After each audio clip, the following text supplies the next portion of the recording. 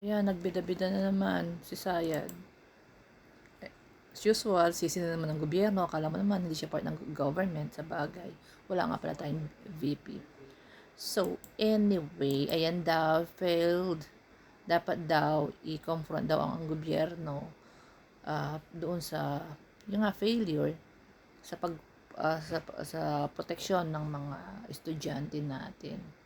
So, nung siya ba ang DepEd Secretary, ba di niya in-establish yung safety and guidelines, 'di ba? Nung siya ang DepEd Secretary. Eh di ba nga yung sa classroom pa lang. Ang nagawa lang nito siyam na pirasong classroom.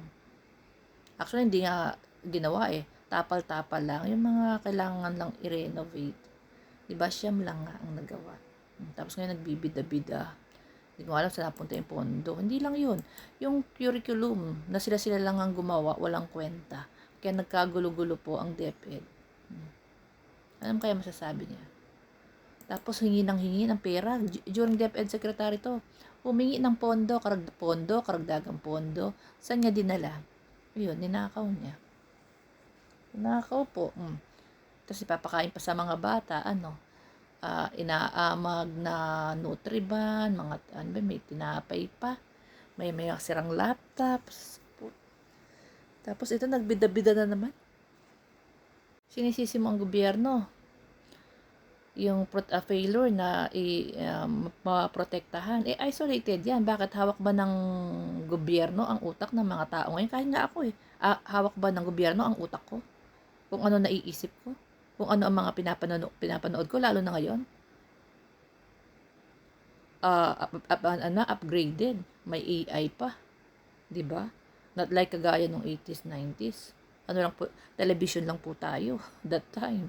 Ngayon kung wifi, internet, AI, may mga may mga online gambling pa, online games. 'Di ba? Hawak ba ng gobyerno 'yan? Isolated 'yan. Yung mga pag-uugali. Isisi mo sa tatay mo. Sana sinabi mo sa tatay mo, yan tay. Dapat hindi mo na ipinagmalaki, ipinagyabang pala, hindi mo na ipinagyabang na nakapatay ka nung 16 years old ka pa lang. Kasi masamang ehemplo sa mga bata yan. Baka sabi kasi ni Digong, di ba? Labas-pasok daw siya. 16 pa lang nakapatay daw siya ng tao.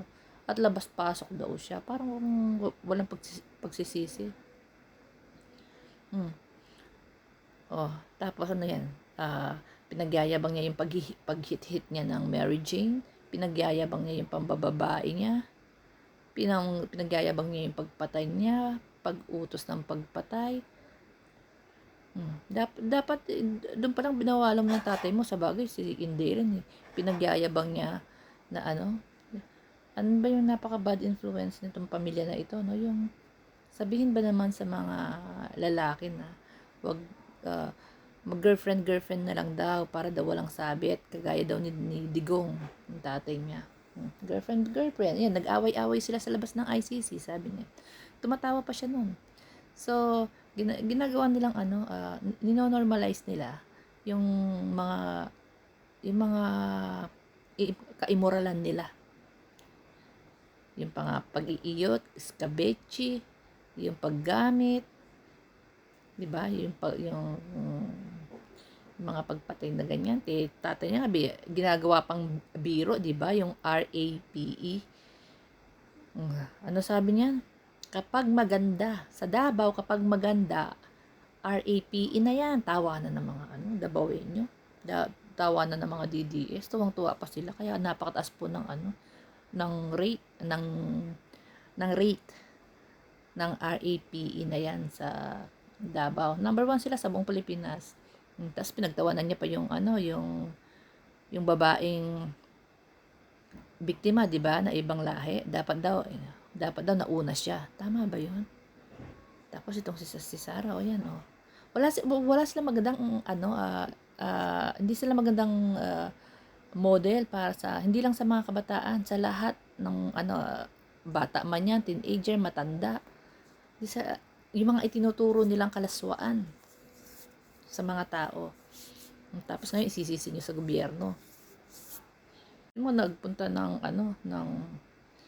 ng Sarangani para ma, ah, ma- tularan daw si Digong, masamang damo, matagal mamatay. Sa harap ng mga bata.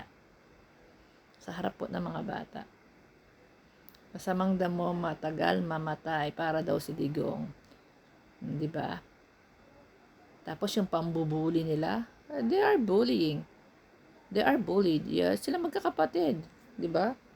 Nakita niyo kung paano nila i-bully si PBBM, si FL Lisa, at kung sino-sino pa, si Chua. Alam mo, kung kasi politika mag-stick ka doon sa issue, doon sa politika. Huwag kang mag-iisip ng bubulihin mo, itsura, ganyan. Oo naman, ganda, te. Ganda. Ugali mo, ugaling basahan, parang trapo. Yung ang katawan parang boksingero. Sorry ha. Hindi ako bully, pero ibig sabihin, wala kang karapatan. Wala kang karapatan kasi hindi ka perpekto dai. Kasi kung ikaw maganda ka, kung malinis ka sa yung kung malinis ka sa katawan, baka hindi mo mabababa yung asawa mo.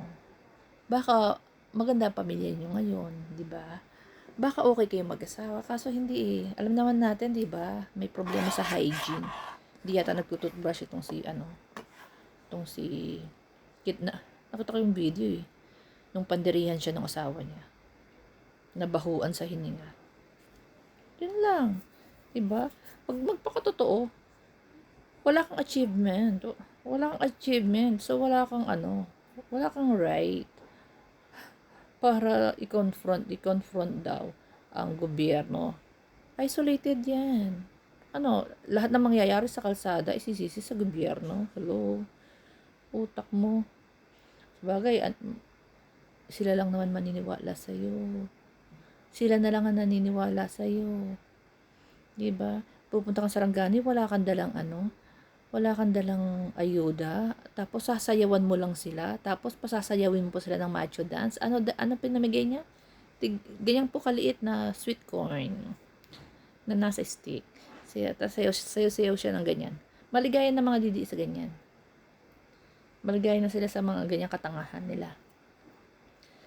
Tapos kapag naghihirap sila, kapag wala silang tulong na nakukuha, isisisi nila sa gobyerno. Pero gusto nila yung mga ganyang klaseng politiko. Alam nyo, kaya wag natin pagkakatiwala dito sa mga DDS na ang boto. Kailangan bumoto tayo sa 2028. Hindi natin ilalagay sa mga palad ng mga DDS na sila ang magwawagi or ipapaubaya natin kasi minsan, 'di ba, tinatamad tayong bumoto. Wag po, naku. Wag natin ipagkakatiwala ang boto natin sa mga DDS. Wala. Kagaya ng nangyari nung nakaraang administrasyon, ninakawan lang tayo. Ninakawan lang tayo. 'Di ba? Uulitin ko, ninakawan lang tayo. Binudol lang sila. Binudol lang sila. Ano nagawa? Wala, pumatay ng kapwa Pilipino.